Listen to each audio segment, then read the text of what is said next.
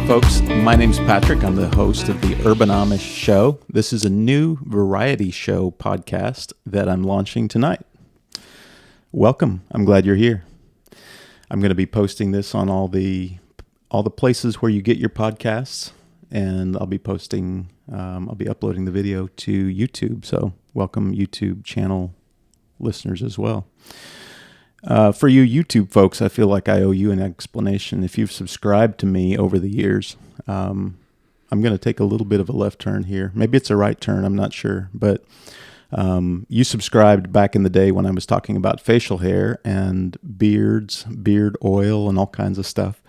And I still like that stuff. You can see that my facial hair has changed from back when I did my beard oil videos and all of that stuff that we were talking about back then. But so if you have come to this video from my YouTube channel, you've been one of my subscribers, welcome. This is going to be a little bit something different. I'm launching a new show called the Urban Amish Show. It's a variety show podcast, and we're going to be talking about current events, culture, art, music, family, faith, personal development and growth. What else, Ben? I mean, spirituality, psychology. Whatever you're interested in. It's my show. I guess I can talk about anything I'm interested in, right? Yep. All right. Folks, this is my son, Benjamin. He's joining me tonight. He is going to be probably a not infrequent guest on the Urban Amish Show. That's the hope. Yeah. Let me just start out by saying that nothing I say on this show should be construed as medical or professional advice. I've gained some authority from my own personal experiences of overcoming addiction, healing broken relationships, and turning my life around when things hit rock bottom. So I do have a little authority in that area, but consult a professional before taking any advice of mine. Having said that, let's jump in. Ben, we were talking earlier tonight about what this show could be about. Obviously, it's a brand new show. Like you said, I can make it be about anything I want it to be. And that is kind of cool. But I also am interested in not only saying what I have to say, but also having it be received in a way that serves people well, right? Right. So, based on some of the things that you and I have talked about, we were talking earlier about the war in Ukraine. Mm-hmm. I've been interested to see how passionate you are about that at your age. What strikes you about this thing? Yeah, well, it's definitely the first major conflict I remember seeing. Sure. I don't even know what the last one. I mean, I know what's been going on in the Middle East, but that never made any major headlines that I would have followed. So it is super striking to me. I mean, I definitely have one side that I think most Americans would agree that, Ukraine is being attacked without good reason. I mean, Sure. There's a lot of questions on Putin's motives. What do you think his motives are? Well, we know from the past that he wants power. I mean, as most of these corrupt leaders do. He's quite the authoritarian. Yeah. Yeah. His weak spot, though, is that the people around him, there's a rich group of oligarchs around him that kind of prop him up. And they've got their money in Swiss bank accounts, and they own private islands and private jets and all kinds of things. And they live pretty high on the hog, while the average person in Russia doesn't live all that great of a living standard. And there's more and more dissatisfaction about that. Right. So he's starting to lose. I think he's sensing that he's losing the people a little bit. Did he ever have the Russian people? Yeah, he did. See, he went through when he, so he was obviously he's a former KGB agent. He was forced to join the Communist Party when he was a young man, but obviously the Communist Party had different goals for Russia than what he did. He is pretty passionate about mixing this nationalism with the Russian Orthodox faith. And so he's been, I mean, obviously the communists they tried to destroy the Russian Orthodox Church, which would have run counter to everything that Putin would have wanted to do. But nonetheless, he became a very passionate Soviet agent, KGB agent. And he said one time that he regarded the fall of the Soviet Union as the biggest geopolitical tragedy of the 20th century. And you can see that he's been trying to put together the Soviet Union ever since. And it seems like I think people are shocked at the just raw, the willingness to just destroy people and things in just this raw pursuit of power. Yeah. And that probably plays out more than we realize, but it's shocking to see it unfold on this scale. Yeah, for sure. And especially because we don't really know what he uses to justify these actions. I mean, we talked earlier about he's not really a communist. You said he was forced into the Communist Party. But when he was a young man, yeah. Right. And he wants to bring back the Soviet Union. Mm-hmm. I'm confused on how those two things are both true. Well, you don't have to be a communist to be an authoritarian. Okay, so you don't have to be a communist to be a, someone who rules with an iron fist and doesn't and deprives people of their rights and all that. There's all kinds of other kinds of tyrants, and he just happens to be a special kind. Right. And maybe a particularly dangerous kind, because the kind that mixes together religion, church and state at the highest level, like that's probably the worst kind of tyrant. Yeah, I mean, well, Hitler, he wasn't religious in that way, but he made a religion out of that government and that way of thinking. Well, let's be honest. If we're really honest about the state of the West, the modern West, I would say in this post-Christian culture that we live in, to a large degree, people have made the state, the government, their God. We don't have a tyrant that's able to grab all of the reins of power and exercise that against us. But I would say to a large degree, people see, they're not aware of it, but I think people live as if they believe that government was the God, Right. The all-knowing, all-seeing, wise, benevolent. Well, yeah, I mean, I'm not sure. But someone who provides, someone who protects, someone who is, and I think that's part of the reason. It seems like that's happened maybe to a greater degree since people, since the traditional story, let's say our Christian story here in the West has kind of declined in influence. Well, what caused that? Because I don't think it's recognized very often, the switch from a more Christian central, I don't know, you can't call it Christian central government, but America was built on those values, and for a period of time it was built up on those values, and now we see that's deteriorating to an extent.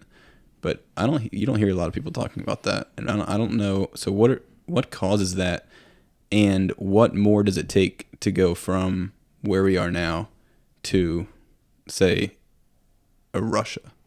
Well, let me start by saying I'm glad that the strange mix of Christian culture, especially evangelical Christian culture, and the kind of conservative wing of the Republican Party, I'm glad that that's kind of collapsing here in America. I think that that's probably good that that's breaking apart, because go back over the last 20 or 30 years, even the church, and I'm most familiar with the evangelical wing of the church, but they spent a lot of time and money and effort mixing themselves up with the political right in an effort to kind of win the culture war. Right, and I mean, it's really one of the first times in history that we see governments being separate from the church. being separate from religion. Because throughout, I mean, Yeah. you look at the Catholic Church, that was the base of a lot of the, I mean, what went on in Europe.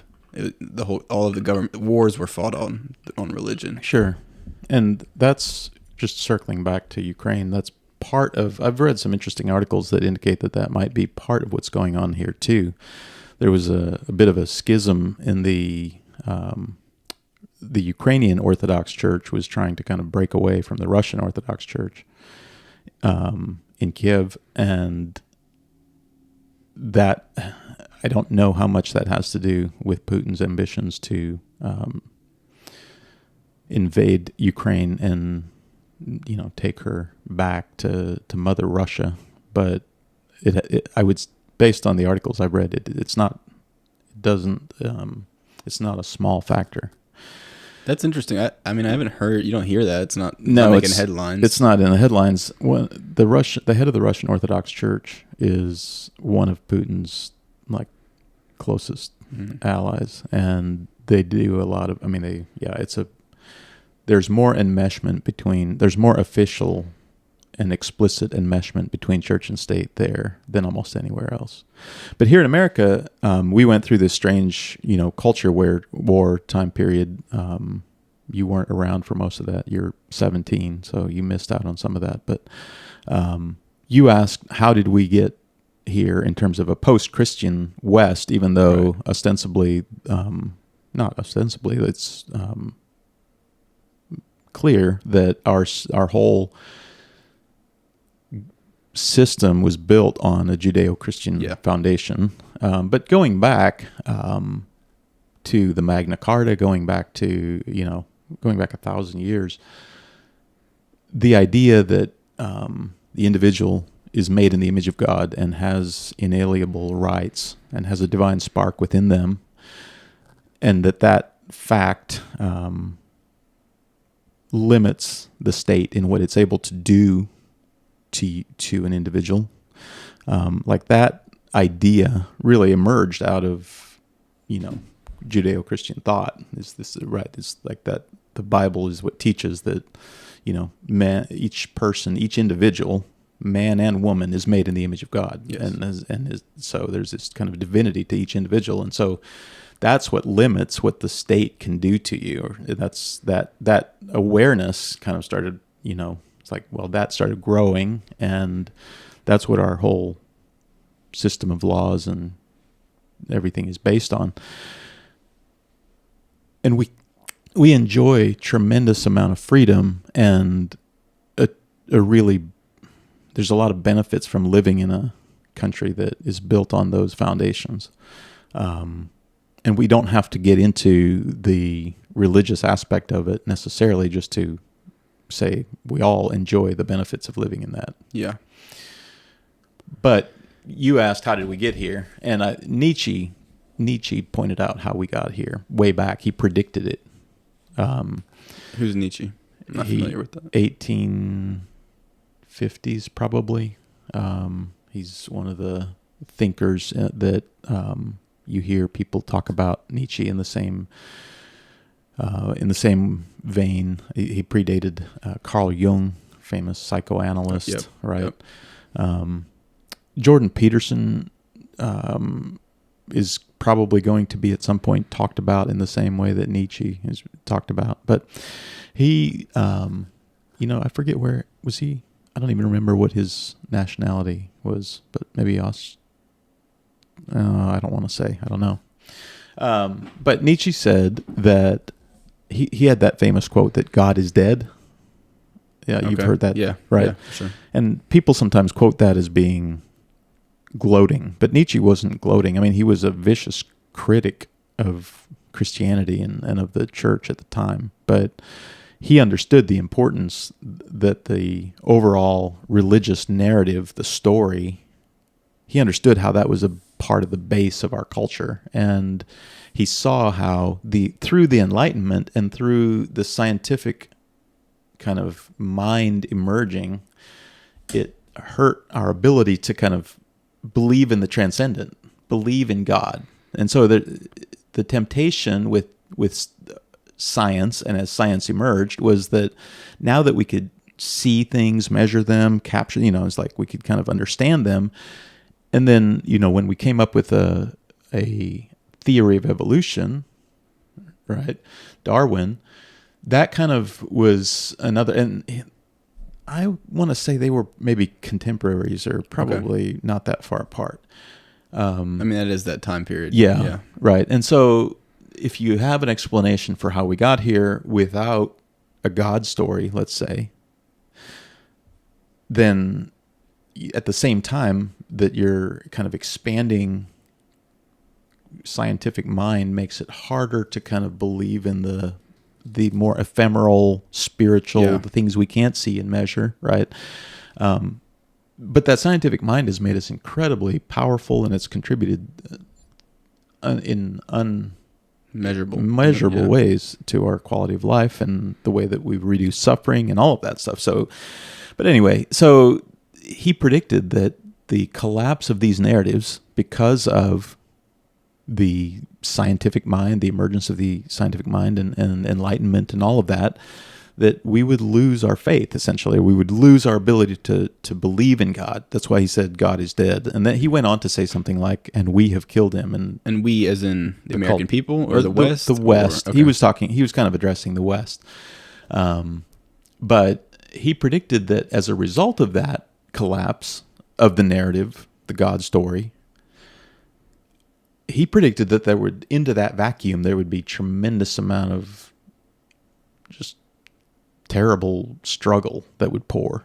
He predicted wars in the 20th century that unlike any we had seen before, right? So World War I, World War II. Yeah. So you have in the great, and Jordan Peterson does a great job of laying all this out in great detail, but you have in that vacuum, you've got this various different kinds of totalitarianism trying to fill that vacuum and take over that, and so it does seem to me that there's these kind of two underlying energies at work in history and in systems of governance. One is, one recognizes the divinity of the individual and the kind of restrictions that places on the state, and on you can't just do things to a divine individual, but right? Yeah, so it's interesting because there definitely are people that would say they're not religious, don't believe in a God at all, who would argue for the rights or the... Oh, for sure. There's a lot of people that argue that. Right. So does that come from Western culture that prioritized those beliefs, 100 years ago or whatever it was, leading up till now? Or what causes that? Because people would argue that you don't need that, Christian values to still have the values of human rights, and I guess you need it for the idea of human divinity, but they would argue there's still natural rights that limit the government. Yeah, sure. And I think that what, kind of going back to Nietzsche, he kind of understood, I think, that once the foundation's gone, then it's hard to... The thing, like the fact that we all share, and it comes down to a shared values thing, right? It's like, well, what are your values, your shared values based on? And so what are natural rights based on if they're not based on that story? Like if you have a story, if you have a way to ground that out in reality in some sense and explain or justify or lay out in some compelling fashion why, what do those natural rights, where do they come from? What is it based on? You can't just manufacture things out of thin air. And it has to be, based on some rationale or thought or whatever. It's like, it doesn't just happen. And that's the thing that I think, when I see people be careless about dismantling, parts of our system of the way we live, let's say making radical changes to tax law, making radical changes to our monetary policy and all kinds of things. It's like, the way we were doing it, like, it's worked okay for the last little while. And if you look at the broader scale of history, like, it hasn't been this good for, well, really ever. And so this doesn't just happen. Like, we didn't just happen into this. Like, you got to navigate a little bit. You can't just get power mad.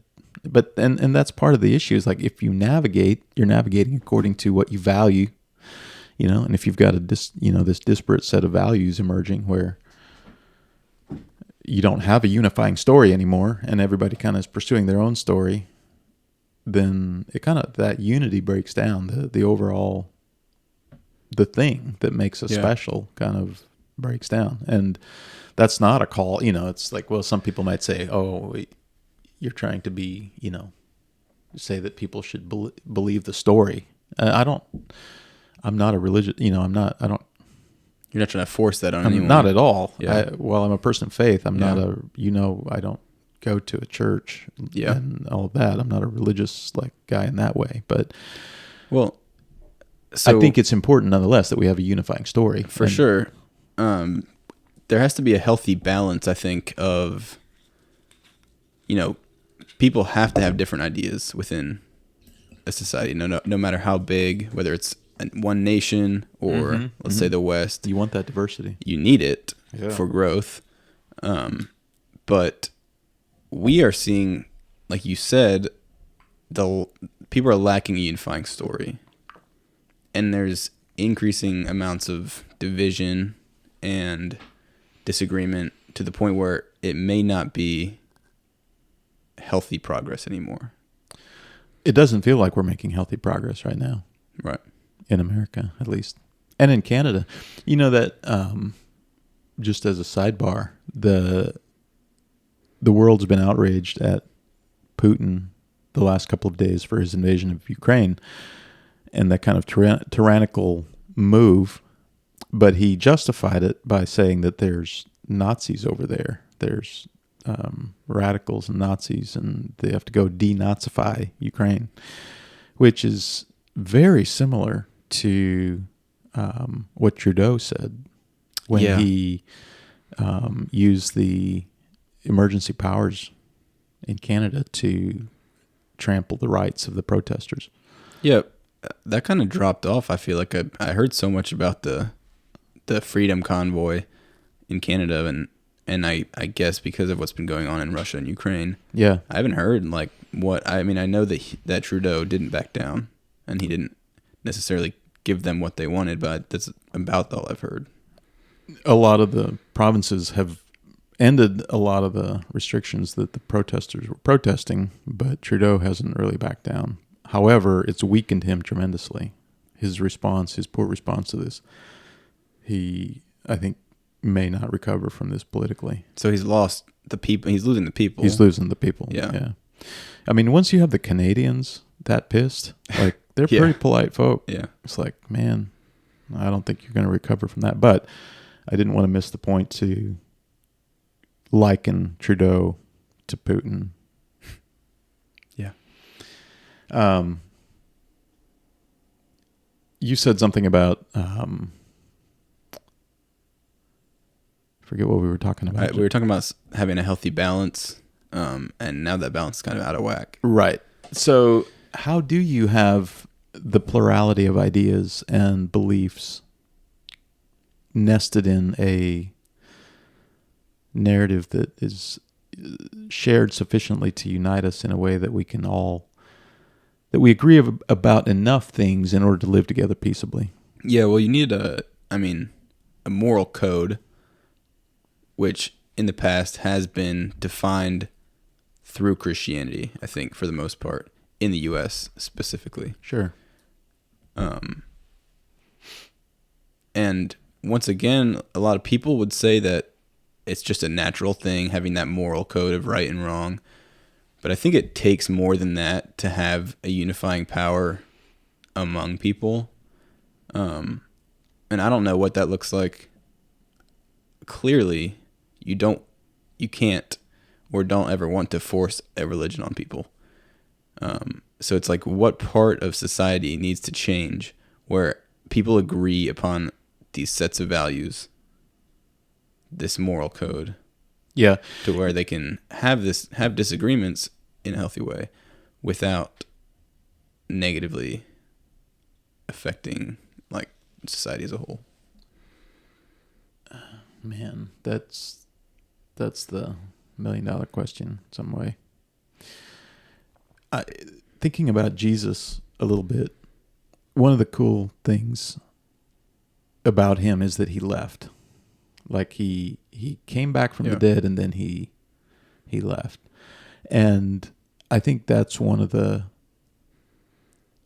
unique aspects of following Christ, is that the specificity grounds out in you, in the individual, but the individual makes the archetype manifest in his life. And so that, instead of the outcome being the same, the outcome is endlessly different, endlessly unique, even though everyone who follows Christ ends up being someone unique.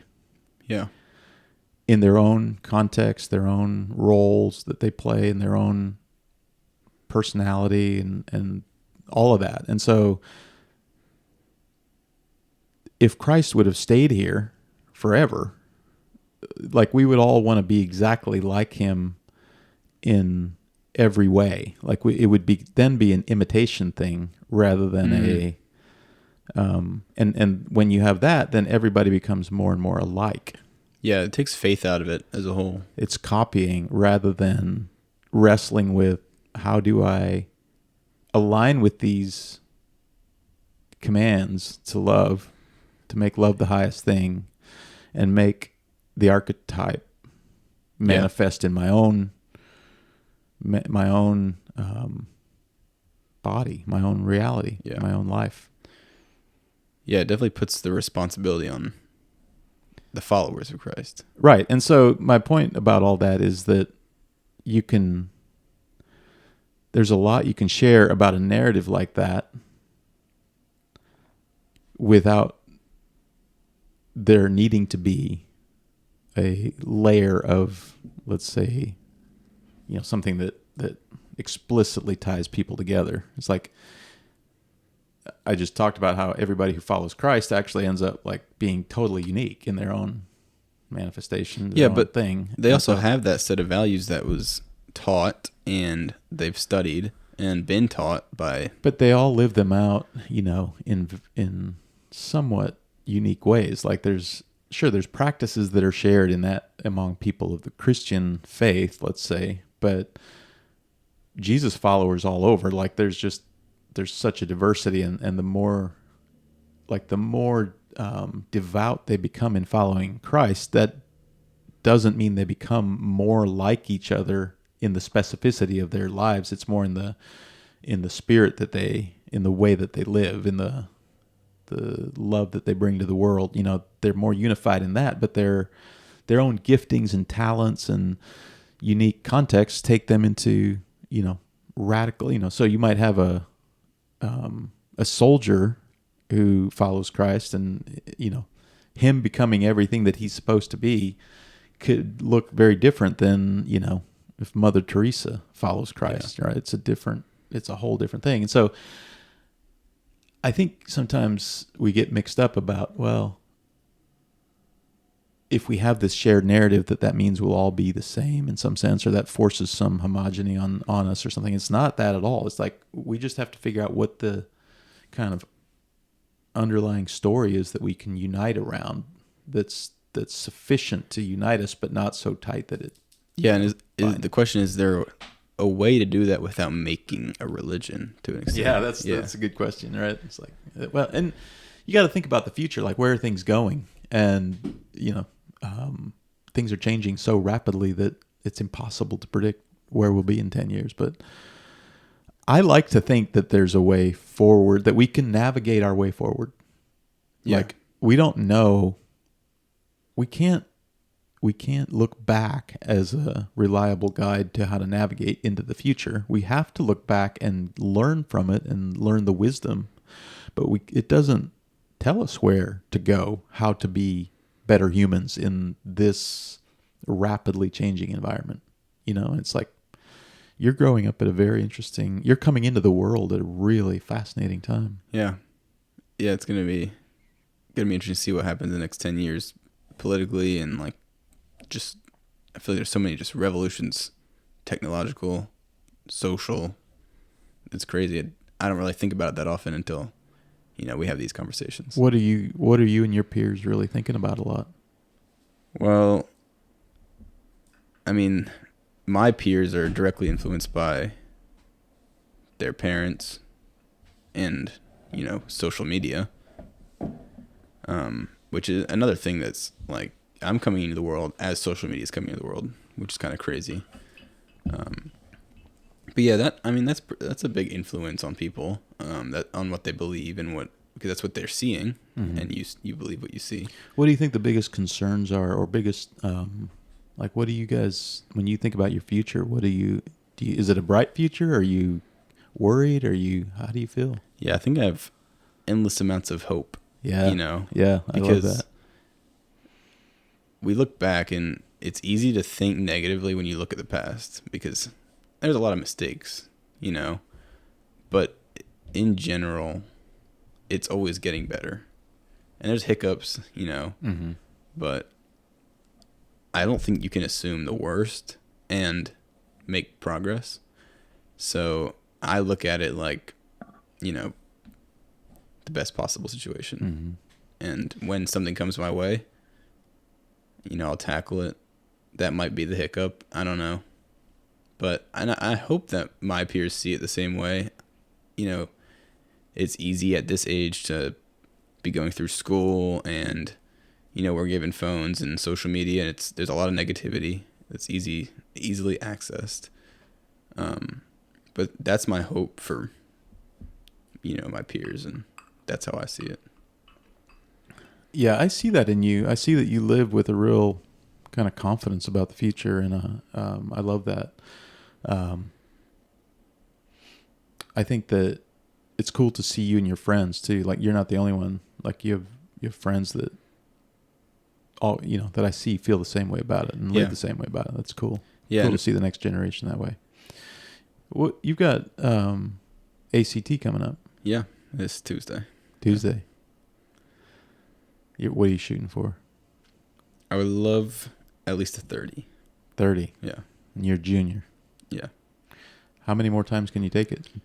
Well, and what's your ultimate goal? I think it's $15 every time you take it. So once a month, that'd be the maximum time. And then I get another free one in senior year. So as much as I want or can afford. But, I'd love to, I don't know if I have a number goal necessarily as my final ACT score or test scores or whatever it is. But I do know that I want whatever it is to take me to the right opportunity, the right college. So, just helping it narrow that down for me. I don't let it define me. What's your dream college? I was thinking about today, it's like, I don't know if it matters as much as people say it does. I want to go to a college that I can maximize opportunities with who I meet, and I don't think how prestigious it may be or expensive plays a huge part of it. So I know that I'm not going to go into debt because I think that takes away from how it can benefit me after college. And so, it's going to be who I meet, the kind of majors that a school offers will play into it. But I don't have like some loyalty to a certain college or some kind of like preconceived notions of these colleges where it's, I have some that I really want to go to, some that I don't want to go to. It's whatever I think will benefit me the most and prepare me the most for my goal after college. I've heard you're a lot more ambiguous about your undergraduate work than you are your graduate work. Like I've heard you say pretty clearly that you either want to get a law degree from Yale or a business degree from UPenn. Well, yeah, I mean, those are pretty ambitious goals, but I mean, that would be pretty crazy, I think. That'd be pretty sick, wouldn't it? Yeah. If somebody has any recommendations we're going to be doing some college visits coming up. We've booked a few. Actually, only one that's solidified, but drop in the comments some schools that we should look at for Ben. So, wanted to talk a little bit about kind of what you're enjoying in terms of just what are your hobbies? What are you enjoying right now? What's fun for you? Well, I got a lot on my plate, but I think the busyness of it all is part of the joy for me. School, I think I enjoy school for the most part. You know, it has its ups and downs, but I'm really enjoying the sports I'm playing. So football and track and field. Oops. I don't know if I could define to you right now what my passion is. I think I'm still searching. I think I know what one of them is. You like to engage with people in conversation and debate and relationship. I do love to do that. I enjoy that about you. Thank you. Let's talk a little bit about family. Yeah. You're my oldest son. You're my second oldest child. There's 4 children in our family. We have 2 girls and 2 boys. They're all teenagers right now for just Isn't that crazy? 6 months. Yeah, that's crazy. What do you think about being in a family like this? I mean, sometimes I reflect and I'm like, how did I, get this lucky? Because I look around and not everyone has it. And I'll say very few people have, I think, as good of a relationship with their family as I do. And all credit to you and Mom, for raising a household like that. It's all I could ever ask for. I grew up, the siblings were my best friends. We homeschooled. And no, yeah, I'm super grateful. I feel like it's really, it's just going to help me as I get older and, start a family. So, but I wish everyone could experience family relationship like this. And to you, when you think about what's special about our family and what you love about our family, it's the closeness of the relationships. Yeah. And, we go about it with no shame, or fear, and we're super honest. Mm-hmm. I think it's all centered on love, mm-hmm. which I think is essential. Mm-hmm. That's what I love about it. Once again, it's like I can come to you, I could come to any of my family members, not expect any shame, and I expect forgiveness, which is crazy. Mm-hmm. Well, it feels in some way like we've always been this close, and I think we have at each stage that's been, but as you have become teenagers and as you become more like adults, and well, you basically are adults, your older sister's 19, you're 17, we can have the kind of conversations that really do bring us even closer than ever. And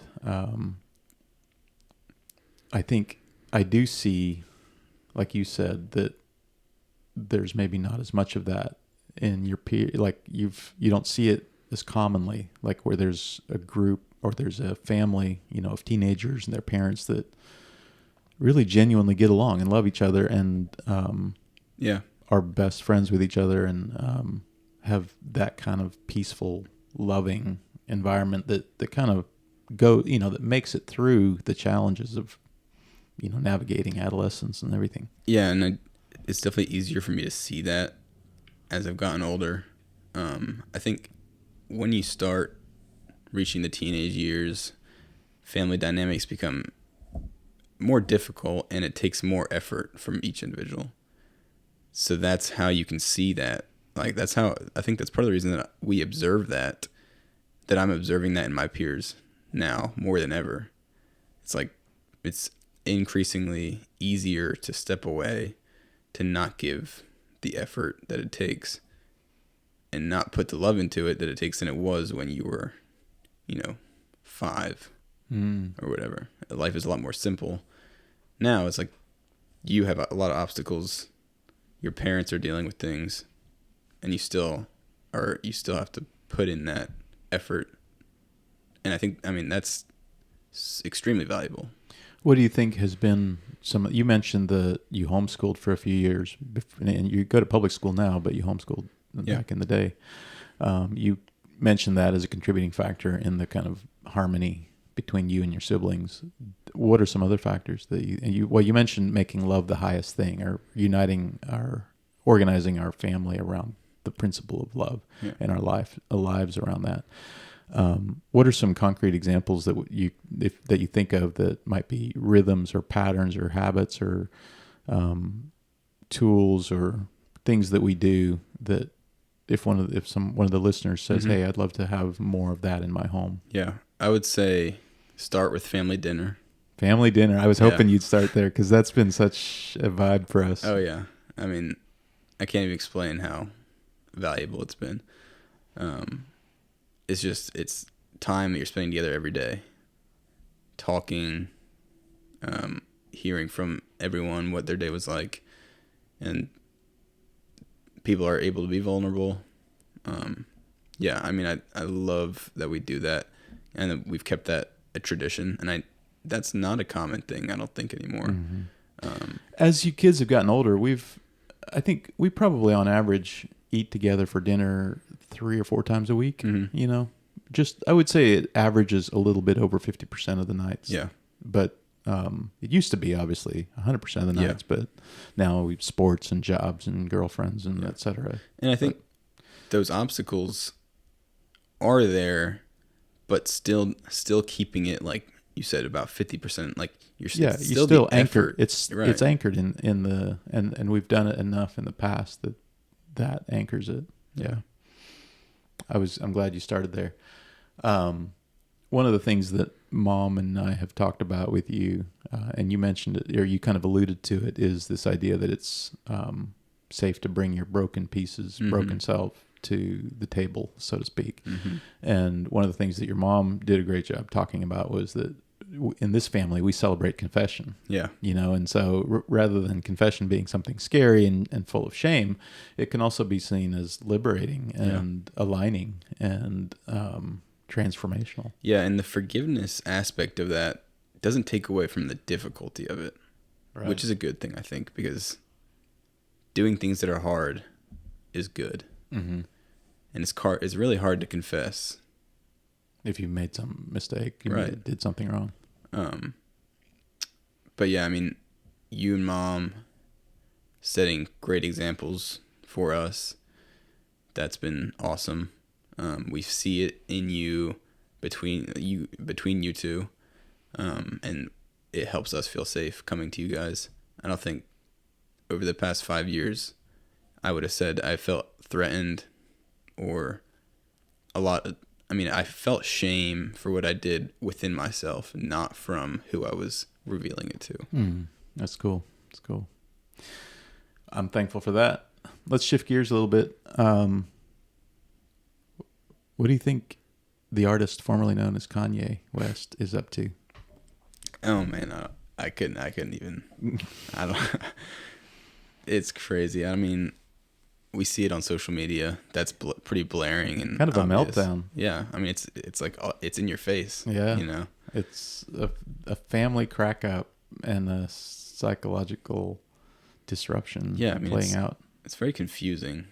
No one that I've talked to really has a grip on what's going on, and it plays out against the backdrop of his kind of, let's say, his story about coming to faith in Christ, and the way that he was talking about how that, lifted him from some addiction and gave him some peace and freedom. And then that became kind of the story with the album Jesus is King. Yeah. Jesus is Lord, King. Yeah. And then the success of Donda, that's also kind of, that did really well. Yeah. There was some kind of ups and downs around it finally launching, but when it came out, it did good. Mm-hmm. And I love that. I've listened to that album. It might be my most listened to album. 25 times straight through, year, maybe 30. And now this, it's like he's kind of it looks in some ways like he's kind of cracking up, against the backdrop of having kind of a good couple of years, maybe. Yeah. Well, I think when Kanye's always been Kanye. Yeah. I was going to say but now he's Ye. When you put something like social media in the hands of someone so radical, you're going to get results that you don't see every day. Yeah. There's no filter between what he was thinking and what he was posting. Like, right. He was just hammering. Yeah. It's very striking to people. I overthink things. I don't post even 10% of what I think to post because I fear what people will think. Yeah, he doesn't. He's very, he's out there. And it's weird because I saw a couple of days ago, he posted sort of an apology. I guess, for the way that he's come across. A little bit. He kind of, didn't he say something about, he kind of alluded to his own challenges with his mental state and everything. Right. But then he kind of went right back. And then he kind of kept going. Yeah. So I don't know. It's like once you're addicted to shit posting, you just can't stop. It's just like, let's just keep hammering. Yeah. He's having fun with it, I think. But also, I don't know, what's going on in his life. Clearly, his relationship is pretty fractured with Kim Kardashian, and her new found love in Pete Davidson. And she basically said he just needs to reimagine his future without her. Yeah. Something like that. Yeah. And you take kids away from a man. It's brutal. I'm not making light of that. He's desperate, I think. But isn't it amazing that, you think about it, like, he has everything in some sense, and yet he would trade with me in a heartbeat. Oh, yeah. Because I have my wife of 20 years and my 4 beautiful kids, and we're close, and we love being together, and it's peaceful, and we have a blast. And it's like, he's got billions, I've got this, and I wouldn't trade. And I think he would, I think he'd give up his billions to have his family back. Well, yes, and he's also Ye. So I saw a clip today where he said, I actually like getting sued because that's where I can be myself. And, he went off telling this story about how someone in court was getting upset with him because he was kept covering his face. And then he said, I'm not going to uncover my face until you ask nicely. So he said, please uncover your face. And he said, no. It's like, what? How do you deal with that kind of guy, Yeah. It's crazy. You and I talked a little bit about how he's kind of a shamanic figure. Yeah. Like almost like this shaman that is out at the edge of reality in some sense. This artist figure that changes the way that we see patterns in the world. And I want to credit John Vervaeke with that observation. He may credit that to someone else, actually, now that I think about it. But this idea that the shamanic figure, the shaman in a tribe, was the one who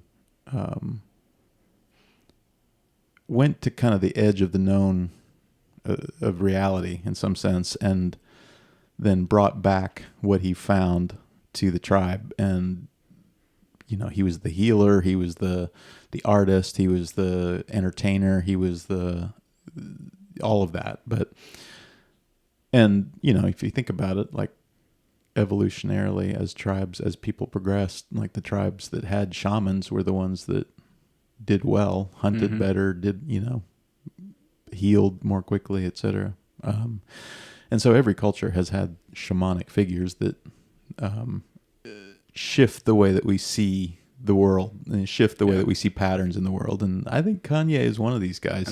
He's so out there, and he's such he's crazy, but undermine his ability to predict the future in some sense, or maybe not predict it, but maybe predict it in his art. Yeah, he has such a big influence, and he has for 20 years in fashion and music. Yeah, whatever he touches. Yeah, but yeah, I mean, I don't think you could define a more American shamanistic character than Kanye West. I totally agree. At least in the time that we are in right now. Yeah, totally agree.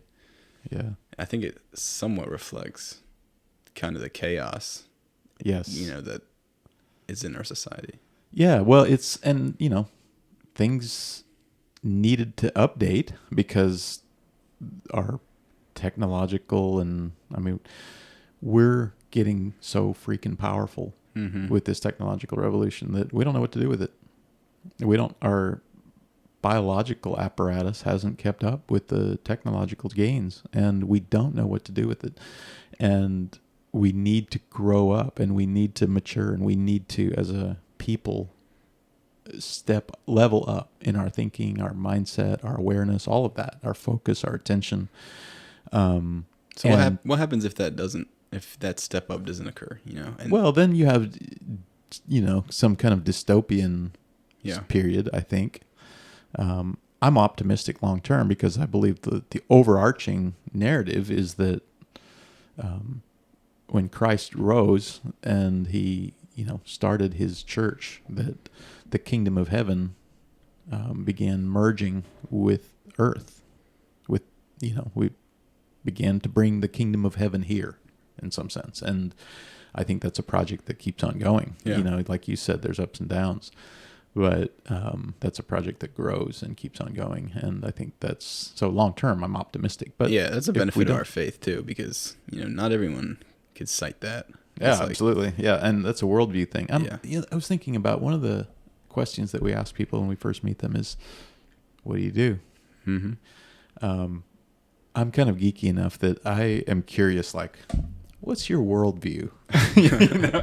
You might lose some. How soon can I ask that? Yeah.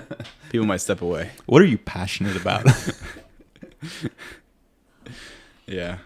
I mean, those are the questions we need to be asking, but a lot of people aren't willing to answer that. And you kind of have to have a little bit of relationship. Yeah. Yeah. Maybe that's pretext. What this is for. This podcast. The podcast. Maybe that's what the podcast is for. Kind of set that up. Yes.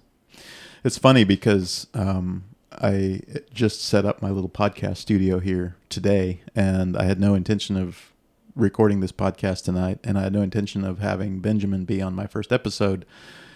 But as we were talking, we thought, let's just mic up and talk, because we have these conversations all the time, and it's one of the things that I love most about being a dad.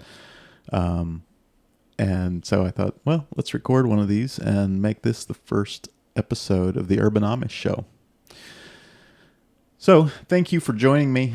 Please share this with folks that you might find, share this with folks that you think might find this entertaining, helpful, or offensive, or anything else. But please do share it. And subscribe, please.